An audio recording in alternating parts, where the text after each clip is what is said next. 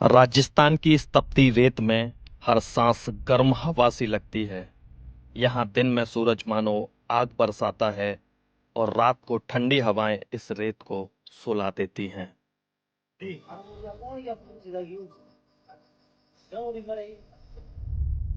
यहाँ की रेत में कहानियां दबकर भी जिंदा रहती हैं।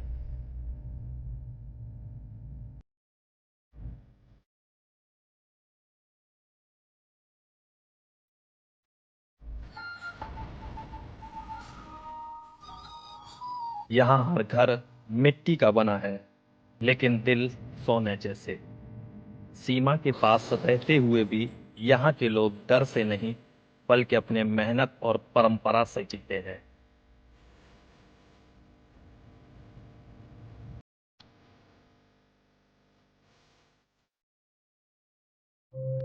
आज हम यात्रा करेंगे भारत पाकिस्तान पर बसे हुए उन गांवों की जो गुमनाम की जिंदगी जी रहे हैं। बंटवारे से पहले ये गांव मुस्लिम बहुमूल्य इलाके हुआ करते थे, लेकिन कुछ बंटवारे के बाद और कुछ 1965 और 71 युद्ध के बाद पाकिस्तान भाग गए और उसके बाद ये गांव कई सालों तक वीरान पड़े रहे। सरकार ने यहाँ पे जमीन अलॉट की और उसके बाद यहाँ पे अभी हिंदू परिवार रहते हैं। तो आज हम देखेंगे उन गांवों को कि किस तरह से वहां पे मुस्लिम रहा करते थे और आज भी उनकी निशानियां उस गांव में पड़ी हुई हैं। आज हम आपको वो हिस्सा दिखाने वाले हैं जहां पे मीडिया नहीं पहुंचता, जहां पे लोग नहीं पहुंचते। आज हम आपको वो छुपा हुआ हिस्सा दिखाएंगे जिसके बारे में आपने आज से पहले नहीं सुना होगा। तो आइए शुरू करते हैं आज के इस एपिसोड को। अभी फिलहाल मैं खड़ा हूं बीकानेर से 100 किलोमीटर की दूरी पे, और जिस रोड पे मैं खड़ा हूं ये रोड हमारे इंडिया से सीधा पाकिस्तान की तरफ जाता है। मैं हूं अभी बज्जू में, जो यहाँ पे सीमा रेखा पे लास्ट गांव है, लास्ट शहर है। आज मैं जाने वाला हूं सीमा रेखा की तरफ, और जहाँ पे मैं खड़ा हूं ये एक सर्कल है जिसको बोलते हैं माँ अमृता देवी सर्कल। माँ अमृता देवी के बारे में तो आप सभी लोग जानते होंगे, जिन्होंने पेड़ों को कटने से बचाने के लिए अपनी हंसते हंसते आहुति दे दी। बिश्नोई समाज में ये पूजी जाती हैं। तो आज हम कवर करेंगे फत्तू वाला गांव, जो पूरा बिश्नोई समाज का है और सीमा रेखा के पास में बसा हुआ है।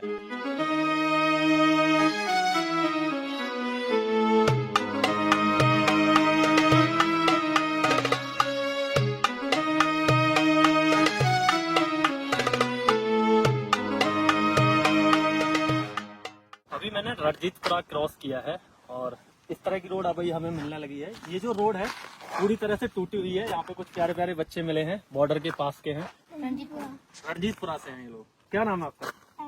क्या? आयरन। आयरन। हाँ, लोहा है भाई, देख लो इसको, बॉडी है बिल्कुल लोहा भाई की। अभी हम यहाँ से आगे की तरफ चलेंगे। रोड थोड़ा सा टूटा हुआ है तो हमको थोड़ा सा समय लगेगा।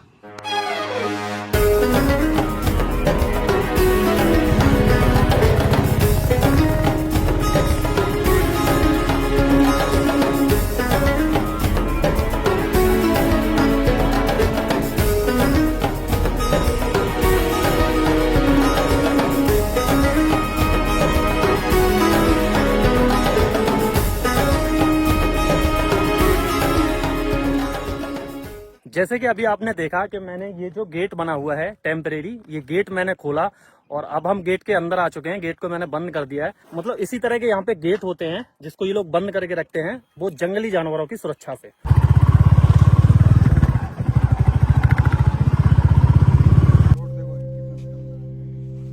मैं अब पहुंच चुका हूं उन लोगों के बीच जो इस रेत को अपना घर कहते हैं और जिनका संसार इन भेड़ों के झुंड में बसता है। यह है राजस्थान के असली रखवाले, रेगिस्तान के पशुपालक, जिनकी जिंदगी सूरज के साथ शुरू होती है और शाम की ठंडी हवा में सिमट जाती है।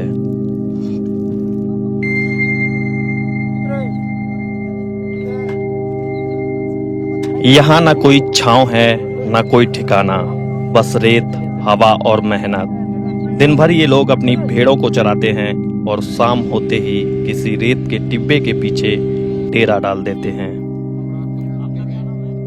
कृष्णाराम भेड़ा रखा। अच्छा, कितनी भेड़ें आपके पास में? भेड़ा तो है साहब 200। 200। यहाँ से शहर कितना दूर है? शहर तो बीकानेर, बीकानेर बीकानेर दूर ही है, 100 किलोमीटर 100 ऊपर है लो। 100 से ऊपर है। हाँ तो लास्ट टाइम कब गए थे आप शहर? बंद किए ना साहब, 2 साल हो गया 2 साल से आप शहर नहीं गए? है। पानी का क्या यहाँ पे साधन रहता है? पानी तो कुंडी है दूसरे, पानी तो कहते कहाँ तलाए भरी जन बह है बम दम को नहीं। तो इसमें जो पानी है वो कहाँ से लाया गया है? बरसात में। और बरसात रुई है। बरसात का पानी है, हाँ उसी को इकट्ठा किया गया है। हाँ। ये हुई क्या? रात को यही रेत इनका बिछौना बनती है, आसमान इनकी छत, ना कोई शोर ना कोई शहर की रोशनी, बस तारों से भरा आसमान और सुकून की हवा।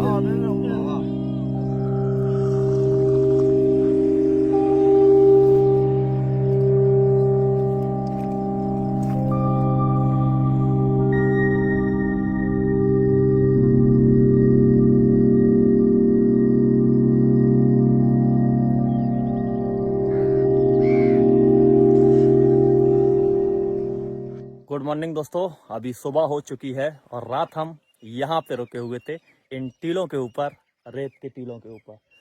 तो पीछे आप देख रहे हैं बहुत सारे ऊंट बैठे हुए हैं। नीचे इनका एक छोटा सा घर बना हुआ है, वहाँ पे मैं रात में रुका हुआ था। बहुत खूबसूरत रात थी भाई, बिल्कुल कोई शोर नहीं, कोई शराबा नहीं, बिल्कुल शांति वाली रात। और मेरे चारों तरफ आप लोग देख सकते हैं, यहाँ पे कुछ इस तरह का नज़ारा है। आपको रेत ही रेत नज़र आएगा, दूर दूर तक आपको कुछ नज़र नहीं आएगा। मेरे पीछे इधर है पड़ोसी मुल्क पाकिस्तान, जो यहाँ से मात्र 2 किलोमीटर की दूरी पे है। यहाँ अभी हम आए हैं क्योंकि सुबह सुबह ही यहाँ पे जो ऊँटनियाँ हैं उनका दूध निकाला जाएगा।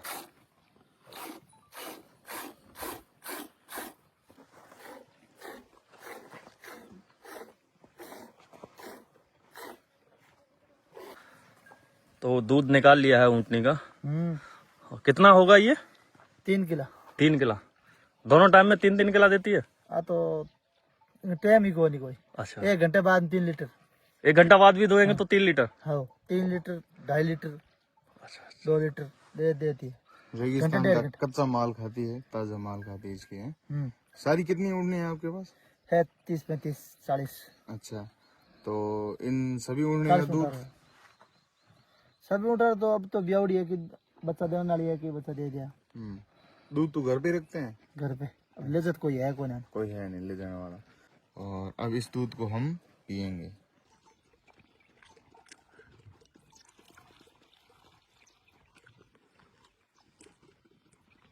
तो पी जाओ। तो भाई ताज़ा ताज़ा ऊँटनी का दूध मिल चुका है। सुबह सुबह यहाँ पे दौरों में आप लोगों को चाय कम मिलेगी, और जैसे कि मैंने आपको बताया ये बिश्नोई साहब है, तो इनके यहाँ पे चाय नहीं पी जाती है। सुबह सुबह आपको ऊँटनी का दूध मिलेगा, और वो भी बहुत ज़्यादा पौष्टिक। तो अभी आप देख सकते हैं क्वांटिटी बहुत ज़्यादा है, लगभग आधा लीटर से ज़्यादा दूध है।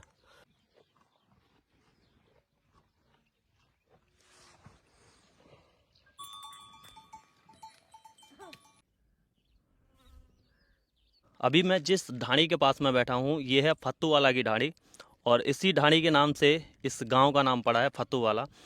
तो ये जो ढाणी है सबसे ज़्यादा पुरानी है। बंटवारे से पहले ये जो गांव था ये मुसलमानों का था।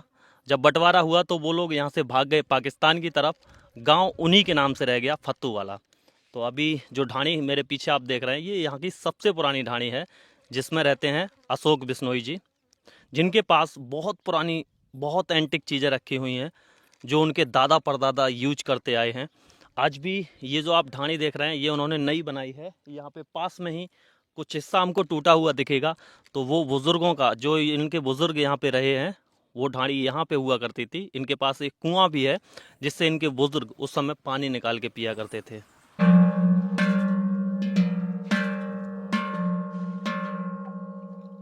अशोक जी ये उस समय के घंटे हैं क्या? पहले टाइम ही घंटा है। अच्छा, ये किसको बांधे जाते थे? ये गया में मोटा सांड बना होता बिस्क बांधता। अच्छा, बिस्क कहता गोदा, गोदे बांधे। तो ये तो काफी दूर से इनकी आवाज सुनाई दे जाती होगी। 10 किलोमीटर। 10 किलोमीटर से? हाँ ये 10 किलोमीटर हो गया था, यही 10 अब टूट गया थोड़ा। ये कितने पुराने होंगे? लगभग 100 साल। 100 साल से भी ज्यादा पुराने। मतलब आपके दादाजी के समय के हैं, हाँ, परदादा के परदादा समय। के समय के। हाँ। देखो कितनी पुरानी और बहुत ही एंटिक चीज है अशोक जी के पास में।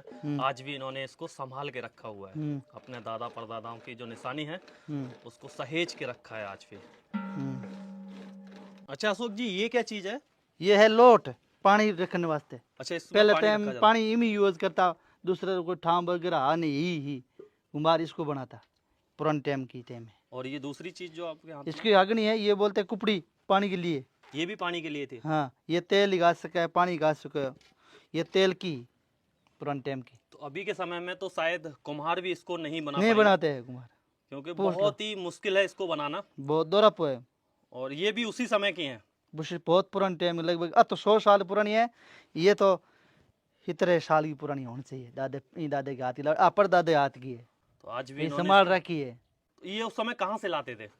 वो ध्यान कौन को पाकिस्तान लाता, इधर आमने भाई वो कुमार बनाता, लाउड़ी पहले टाइम ही है। हाँ, बहुत पहले पुरानी, बुजुर्ग लोग तो यहाँ से सिंध जाया करते थे ना। बहुत जानता।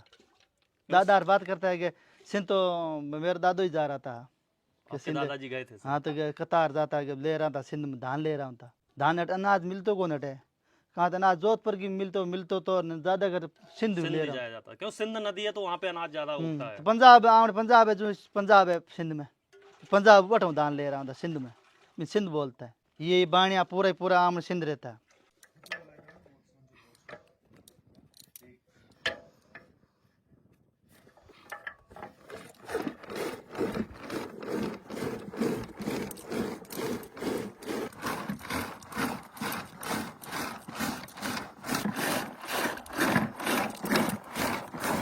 तो ये अशोक जी का घर है और यहाँ पे ये झोपड़ा है, इसको अंदर से दिखाता हूँ।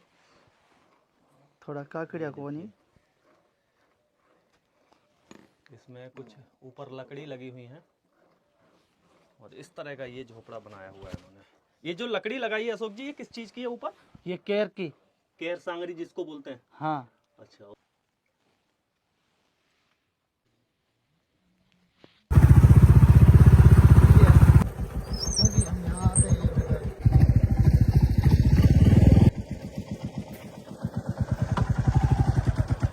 इस तरह से बंद भी करना होता है भाई।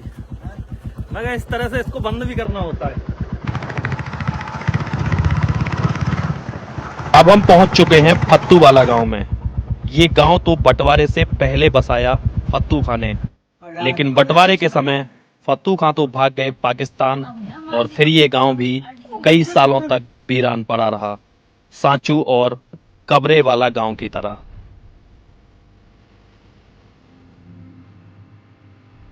नाम सा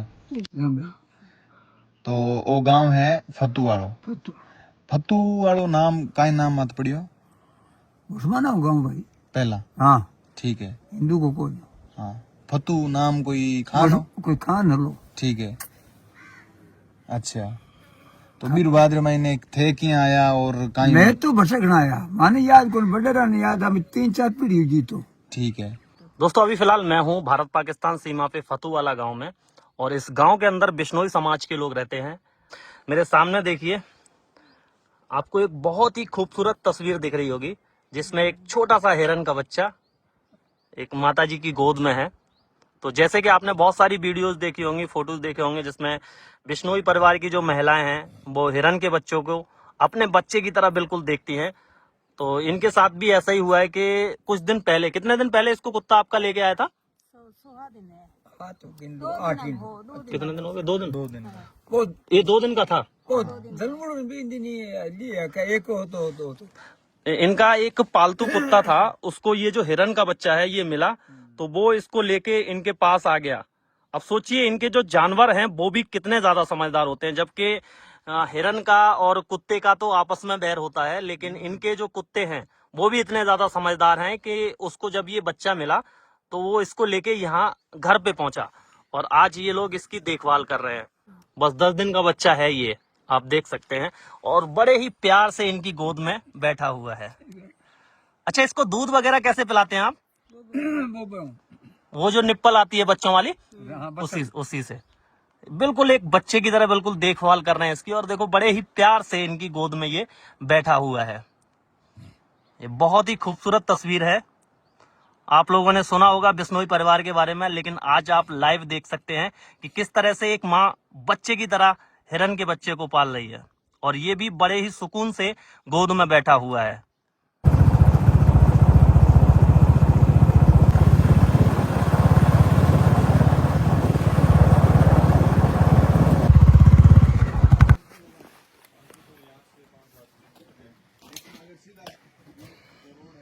अभी हम हैं 15 की टोली। यहाँ पे बॉर्डर की लास्ट एक दुकान हमको मिली जिस पे हमने अपनी बाइक में हवा फिल कराई है। पीछे मेरे घर देख रहे होंगे, काफ़ी खूबसूरत घर है। तो यहाँ से अब बॉर्डर मात्र 1 किलोमीटर की दूरी पे है, मतलब हम बिल्कुल बॉर्डर के करीब में हैं। यहाँ पे पेड़ है, काफ़ी अच्छी छाँव थी, तो थोड़ी देर मैं इधर ही बैठ गया हूँ। काफ़ी अच्छी हवा चल रही है, अभी गर्मी कम है यहाँ पे। अच्छा, आपको क्या नाम? मेरो नाम शिवपुतराम मान है। सोपितराम। अच्छा, आप जाट हैं? जाट है। यहाँ से अब भारत पाकिस्तान की जो सीमा है कितनी दूर है? बस 1.5 किलोमीटर दूर है। 1.5 किलोमीटर दूर है। और खेत तो हमारे नजदीक में ही है, जैसे मान लो कोई 5-4 मीटर दूर, इतने में। अच्छा, तो ये बॉर्डर की लास्ट दुकान है। लास्ट दुकान है। यहाँ पे हमने अभी अपनी बाइक में हवा फिल कराई है, मतलब इससे आगे अब हमें कोई दुकान नहीं मिलेगी। आगे कोई दुकान नहीं मिलेगी, ये लास्ट दुकान है। यहाँ हवा वगैरह, पैंचर वगैरह सब की, जैसे मान लो कोई आने जाने वाले के लिए, सारे के लिए बेचता। आगे कोई और गांव पड़ेगा कि सांचू? गांव नहीं पड़ेगा, बॉर्डर आ गया है। अभी वापिस इधर अकूसर है और सांचू आ जाएगा।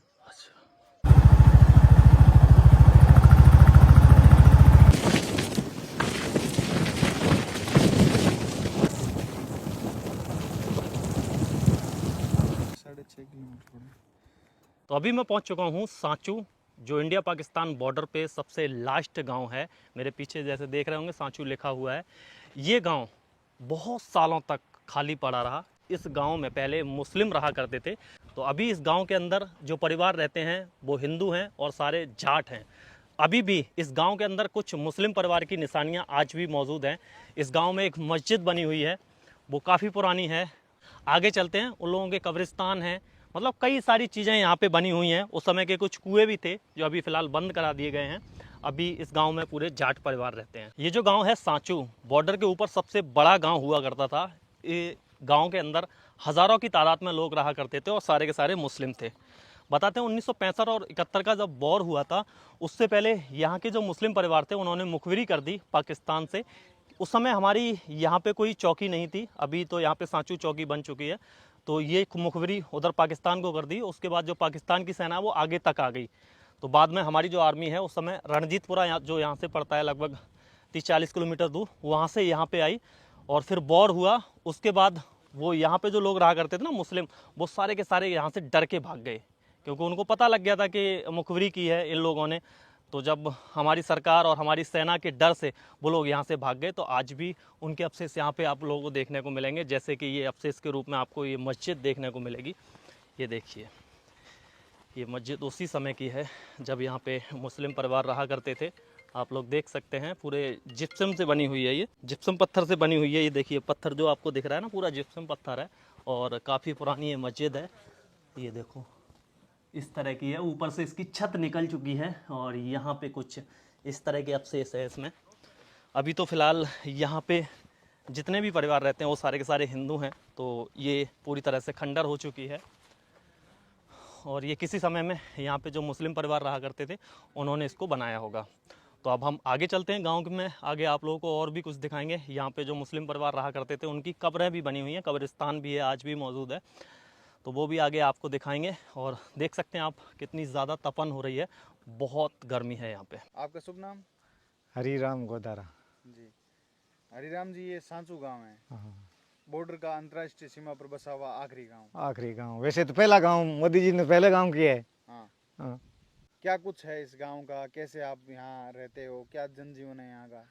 जनजीवन आराम का ही है, बड़ी आराम की जिंदगी जीन लाग रहे हैं। है कोई पॉपुलेशन घणो है को नहीं, आराम बैठा के दिक्कत है। तो आप कब से रह रहे हैं इस गांव में? इस गांव में रह रहे हैं हम 2006 से। और उससे पहले ये गांव? उससे पहले गांव ये खाली था। तो सांचू में पहले लोग रहा करते थे? हाँ, पहले जैसे वो भारत पाकिस्तान की लड़ाई हुई ना, उस टाइम से पहले ही रहा करते थे। बाद में वो लड़ाई के होने के बाद में निकल गए वो। 1965 से पहले। हाँ, 65 से पहले वो निकल गए। मुसलमान थे। हाँ, मुसलमान थे। कितने घर होते थे? यहाँ 500 घरों की आबादी थी। अच्छा, 500 घरों की आबादी। हाँ तो आज भी वहाँ पर कुछ देख रहा हूँ मैं, मस्जिदें वगैरह हैं। हाँ, मस्जिद है, कब्रें हैं, और इनके घरों के अवशेष हैं।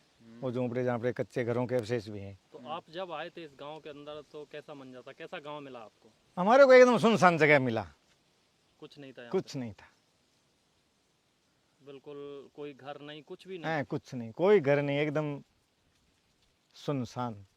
इतिहास है इन लोगों के बारे में, 500 घरों की बस्ती एकदम क्यों भागी यहाँ से? इतिहास तो इनका क्या है, लड़ाई के टाइम में ये 8-10 गाँव के निकल गए यहाँ से। अच्छा अच्छा। इनके रिश्तेदार इधर थे ना, तो इधर ही निकल गए वो लड़ाई के कुछ टाइम में। छोड़ के गए, सोना चांदी गहना? पीछे कौन छोड़ के जाता है?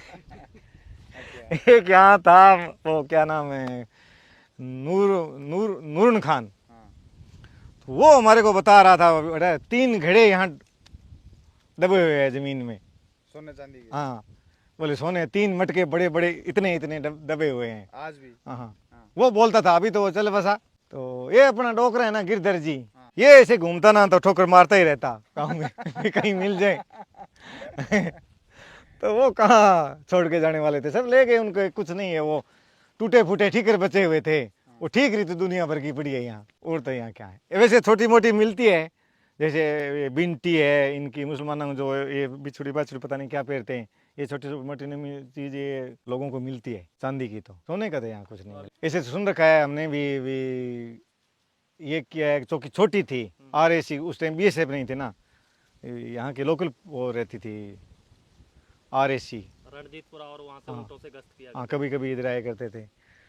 तो इनके गांव में कोई शादी थी, इनको शादी में बुला लिया, उधर से उनको मुखबिर दे दिया भी आप कब्जा कर लो। तो उन्होंने उस टाइम कब्जा कर लिया वो, फिर इन्होंने सेना ने आके कब्जा छुड़ाया। फिर ये 8-10 गाँव के भग गए यहाँ से। हाँ, कबरे वाला है, अक्खूसरा है, कायम वाला है, मूसे वाला है, मंगने वाला है, ऐसे करके काफ़ी गाँव अन्य वाला है। ये पूरा यहाँ से। मुस्लिम बहुली क्षेत्र था हाँ, पहले? पूरा मुस्लिम बहुल क्षेत्र था ये। अच्छा। हाँ, हाँ। यहाँ हिंदू तो थे ही नहीं, जैसे महाजर फायर रेंज के आए हैं हिंदू, तो बाकी हिंदू नहीं थे। बॉर्डर के उस पार जो पोस्ट है उसका नाम? इस सीध में तो सुल्तान का बेड़ा है, इधर मुजावर है, आगे आगे जैसे अपनी पोस्ट है ना, उनके सामने पोस्ट है। गांव तो उनके यहाँ से दूर होंगे। हाँ, गाँव दूर है इनके। ये क्या है, अभी बरसात हो है ना चौमासे की ना, ये पीछे से इधर आ जाते हैं बॉर्डर पे, बेडू बाडू लेके, ऊँट है, गाय है, वो लेके इधर आ जाते हैं। एक रनिहाल गाँव है, वहाँ काफी लोग आते हैं, भेड़ बकरी वहाँ खूब रहती है, जोड़ा भी मोटा है। अच्छा। हाँ तो वो गांव अपने इधर से ही दिखता है? हाँ, दिखता था बॉर्डर से दिखता है वो आराम से। सामने ही है बॉर्डर के सामने, यहाँ प्लेन जगह आगे दिखाई दे रहा है, जैसे प्लेन जगह खत्म होते ही आगे दिखाई दे रहा है गाँव। उनका गांव हाँ। नजदीक है, जैसे अपना सांचू है ऐसे उनका वो गांव। हाँ, उनका गाँव है। मस्जिद के पास से अभी मैं पहुंच चुका हूं इन लोगों के शमशान घाट यानी कब्रिस्तान में, जहां पे आप लोगों को कब्रें ही कब्रें नज़र आएंगी। ये आप लोग देख के अंदाज़ा लगा सकते हैं कि उस समय ये जो सांचू है कितना बड़ा गांव हुआ करता होगा, इसमें कितने लोग रहा करते होंगे। आपको जिधर भी आपकी नज़र जाएगी आपको कब्रें नज़र आएंगी, ये देखिए। और ये काफ़ी समय से तो ऐसा ही पड़ा है, क्योंकि अभी इस गांव के अंदर हिंदू परिवार रहते हैं, आज भी कब्रें उसी तरह की हैं। इसका कारण ये है क्योंकि यहाँ पे बहुत बड़ी तादाद में यहाँ पे जिप्सम का खदान होता है। अगर आप लोग थोड़ा सा भी यहाँ पे नीचे खोदेंगे तो आपको सफ़ेद सोना यानी जिप्सम मिल जाएगा। तो जितनी भी आप ये कब्रें देख रहे हैं, इनके ऊपर जो पत्थर है वो पूरा जिप्सम है, और कहते हैं कि जिप्सम लगभग 20 साल बाद उस पर ज़बानी आती है, वो निखरता है। तो आप लोगों को उसका उदाहरण यहाँ पे देखने को मिलेगा। जितनी भी कब्रें हैं आज भी बिल्कुल सुरक्षित हैं। अगर यहाँ पे लोग रहते तो इन कब्रों को और ज़्यादा सुरक्षित करते, जो मुस्लिम लोग हैं वो यहाँ पे रहते तो और ज़्यादा सुरक्षित करते, लेकिन अभी यहाँ पे ऐसा कुछ नहीं है, कोई देख रेख करने वाला नहीं है। आपको कब्रें यहाँ पे बहुत ज़्यादा दिखेंगी और बहुत पास में। ये देखो अभी बहुत सारी टूट चुकी हैं। मतलब इन कब्रों को देख के आप लोग ये अंदाज़ा लगा सकते हैं कि ये जो सांचू है उस समय कितना बड़ा गाँव रहा करता होगा, क्योंकि इस कब्रों को देख के आप लोग अंदाज़ा लगा सकते हैं। क्योंकि यहाँ पे बहुत सारा आपको इलाका खाली दिखेगा, लेकिन जिस तरह से यहाँ पे लोगों को दफनाया गया है, पास में कब्रें बनाई गई हैं, तो उस हिसाब से आप लोग सोच सकते हैं कि ये गांव कितना बड़ा होगा, कितने लोग इस गांव में रहा करते होंगे। और बिल्कुल बॉर्डर के पास में ये गाँव है। आज इस गाँव के अंदर हिंदू परिवार रहते हैं जो बहुत ही हंसी खुशी के साथ यहाँ पे रहते हैं। यहाँ से बॉर्डर थोड़ी सी ही दूरी पे है, सांचू पोस्ट यहाँ से बिल्कुल नज़दीक है। अगर मैं आपको दिखाऊंगा जूम करके तो आपको देखो सांचू पोस्ट यहाँ से दिखेगी।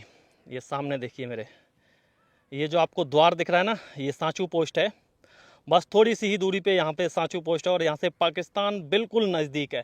यहाँ से थोड़ा सा और जूम करूँगा तो शायद आपको वो देखिए एक वॉचिंग टावर नज़र आ रहा होगा, वहाँ पे है LOC 0 लाइन, मतलब पाकिस्तान यहाँ से बहुत नज़दीक है, बहुत नज़दीक में यहाँ पे पाकिस्तान है। इस गांव के अंदर जो परिवार रहते हैं वो अपनी खेती करते हैं। यहाँ पे पानी की व्यवस्था है, लाइट की व्यवस्था है, यहाँ पे सारी वो चीज़ों की फैसिलिटी सरकार ने दे रखी है लोगों को कि वो यहाँ पे अच्छे से अपना जीवन यापन कर सकें। तो अभी हम यहाँ से चलेंगे सांचू पोस्ट की तरफ, आप लोगों को सांचू पोस्ट दिखाएंगे और 0 लाइन दिखाएंगे, मतलब वहाँ पे पाकिस्तान की एक पोस्ट है, बहुत ही नज़दीक है, हमारी पोस्ट से वो नज़र आती है। हम लोग बिल्कुल बाउंड्री के पास में खड़े रहेंगे जहाँ पे तारबंदी है। तो आगे हम चलते हैं सांचू की तरफ, आप लोगों को सांचू पोस्ट दिखाते हैं यहाँ से।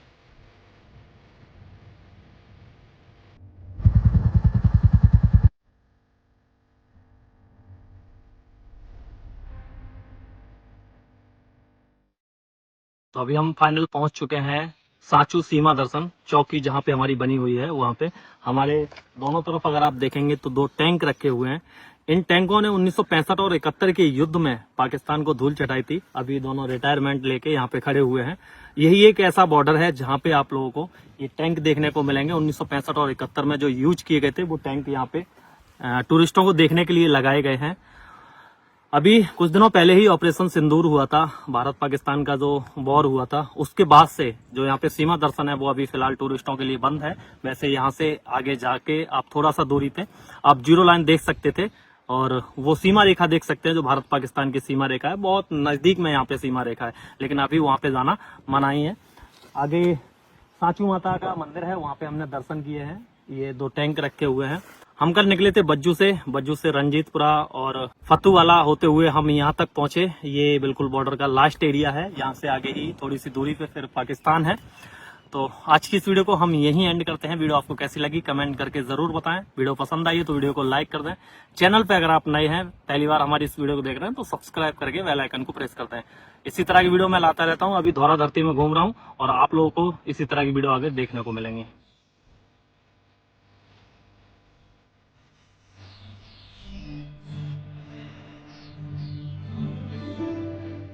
भेड़ों के साथ में अक्सर करके ये लोग एक गधे को यहाँ पे रखते हैं। तो ये इसको क्यों रखते हैं ये हम इन्हीं से पूछते हैं। क्या भाई, क्या नाम है आपका? कालू भाई से पूछते हैं, भाई इसमें क्या है आपके? इसमें सामान है? अच्छा, पानी और चाय वगैरह का, खाने का भी है। मतलब ये जो गधा है ना, इसको ये इसलिए यहाँ पे रखते हैं, इस पे अपना पूरा सामान लेके चलते हैं। जैसे चाय का सामान हो गया, खाने का हो गया, वो सारा कुछ इस गधे पे ये आप देख सकते हैं। दोनों तरफ इन्होंने यहाँ लटकाया हुआ है, जिसमें अभी ये चाय बनाएंगे। तो चाय का सामान इसी में। चलिए, तो ये पूरा इन्होंने उतार लिया है और यहाँ पे एक टेम्परेरी चूल्हा भी तैयार कर लिया है। लकड़ी यहाँ पे मिल ही जाती है, तो लकड़ियों को बीन के लाए हैं। उसके बाद इस तरह का एक पीतल का भगोना बोलेंगे या जो भी है, इसके ऊपर ये चाय बनाएंगे।